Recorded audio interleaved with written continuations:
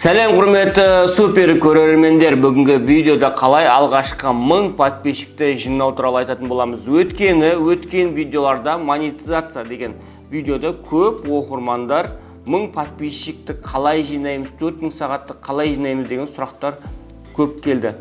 Жалпы 1000 подписчикті қалай тегін жинаудың жолдарын осы видеода көрсететін болам. Жалпы 4000 сағаттың оқиғасын айтып берейін. 4000 сағат деген сіз 1 сағаттық бір видео түсіретін болсаңыз, оны 10 адам көретін болса, 10 сағат қаралым болды деп есептеледі. 100 адам көретін болса, 100 сағат қаралым болды есептеледі. Енді тура осылай 4000 сағат толтыру керек. Бүкіл видеоларыңызды жинаған кезде 4000 сағат болу керек.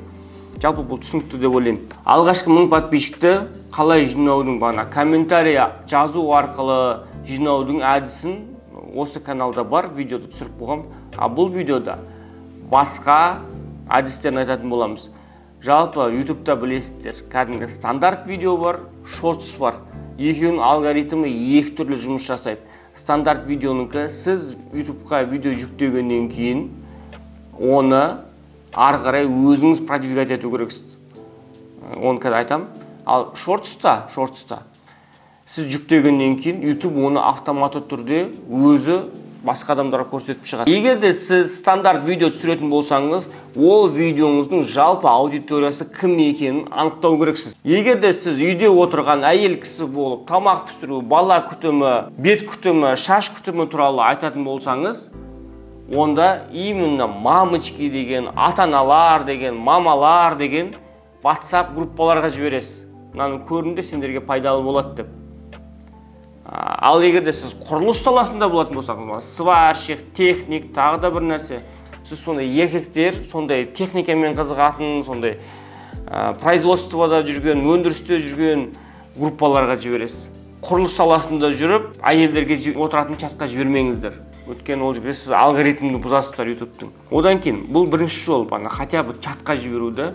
Екінші жолы, сіз сол видеоларыңыздың үзіндісін алып, шортс қылып жүктеу керексіздер кәдімгі YouTube'қа. Біріншісі. Екіншісі, сол кәдімгі стандарт видеоңыздың үзінділерін алып, TikTok'қа жүктеу керексіздер. Және тағы бір үзінділерін алып, Instagram'ға Reels қылып жүктеу керексіздер. Және әр жүктегеннің астына толық нұсқасы менің пәленше деген YouTube каналымда бар деп айту керексіздер. Не үшін бұл әр түрлі платформаларға салу керек? Біз YouTube'тан ақша табайын деп жатырмыз ғой деп. Өздеріңіз біліп тұрсыздар, өзіңіздің танымалдылығыңызды арттыру үшін. Барлығы YouTube'та отыра бермеуі мүмкін. Біреу TikTok шұқылап атқан кезде, өзіне керек информация шықпаған кезде сіздің видеоңыз арқылы толық нұсқасын көрейінші деп YouTube'қа барып іздейді. Шортста сіз өзіңіздің аудиторияңызды бағанағыда айтқандай, өзіңіздің аудиторияңызды нақты білу керексіз. Ол видеоның көрермені кім? Жасы нешеде? Жынысы еркек па, әйел ма? Мамандығы қандай? Қай бағытта? Нақты портретін анықтау керексіз. И сол көрерменге не қызық болады деген сұрақпен өз-өзіңізге қою керексіз. Және әр видеоңыздың ішінде, шортс болсын, стандарт видео болсын, ең бірінші алғашқы секундтарында сол аудиторияңыздың проблемасын шешетін нәрсемен бастап, видеоның соңында аудиторияның проблемасын шешетін келесі видеомен аяқтау керексіздер. Сол кезде сізде подписчик көбейе береді. Алғашқы 1000 подписчикті 2 аптада жинауға болады. Біздің студенттеріміздің монетизацияға жету рекорды, яғни 1000 подписчикпен 4000 сағат жинауы, ол 1 аптамен 3 аптаға дейін болады рекордтар. Бірақ кейбір кезде мынандай оқиғалар болады. Сіздің просмотрларыңыз бар. Бір видеоңызда 5000 просмотр, бір видеоңызда 10000 просмотр, бірақ подписчик жоқ. Подписчигіңіз 250-300 сонымен ғана шектеліп тұр. Ол не үшін болады? Видеоны жиі салмағаннан болады.